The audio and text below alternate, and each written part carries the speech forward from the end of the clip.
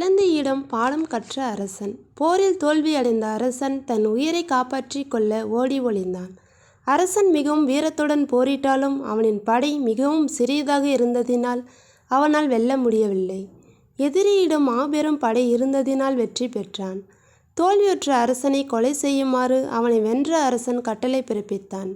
அதனால் அவன் காட்டிற்கு ஓடிச் சென்று அங்கு இருந்த ஒரு குகையில் ஒளிந்து கொண்டான். தோல்வி கண்ட அரசன் மிகவும் மனம் வருத்தம் கொண்டான். மனசோர்வினால் துணிவு இழந்தான். ஒரு நாள் சோம்பலுடன் அரசன் குகையில் படுத்திருந்தான். அந்த குகையினுள் ஒரு சிலந்தி வாழ்ந்து வந்தது. அந்த சிறிய சிலந்தியின் செயல் அவன் கவனத்தை கவர்ந்தது. குகையின் ஒரு பகுதியினில் ஒரு வழியை பின்ன கடுமையாக முயற்சி செய்து கொண்டிருந்தது.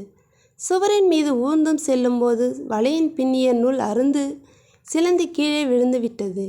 இவ்வாறு பலமுறை நடந்தது. ஆனாலும் அது தன் முயற்சியை கைவிடாமல் மறுபடியும் முயன்றது. கடைசியில் வெற்றிகரமாக வலையை பின்னி முடித்தது. அரசன் இச்சிறு சிலந்தியை பலமுறை தோல்வியடைந்தும் தன் முயற்சியை கைவிடவில்லை. நான் ஏன் விட வேண்டும்? நானோ அரசன், நான் மறுபடியும் முயற்சி செய்ய வேண்டும் என்று எண்ணினான். மறுபடியும் தன் எதிரியுடன் போர் புரிய தீர்மானித்தான். அரசன் தான் வசித்த காட்டிற்கு வெளியே சென்று தன் நம்பிக்கையான ஆட்களை சந்தித்தான். தன் நாட்டில் உள்ள வீரர்களை ஒன்று சேர்த்து பலம் மிகுந்த ஒரு படையை உருவாக்கினான். தன் எதிரிகளுடன் தீவிரமாக போர் புரிந்தான். போரில் வெற்றியும் பெற்றான். அதனால் தன் அரசை திரும்ப பெற்றான். தனக்கு அறிவுரை போதித்த அந்த சிலந்தியை அவன் என்றுமே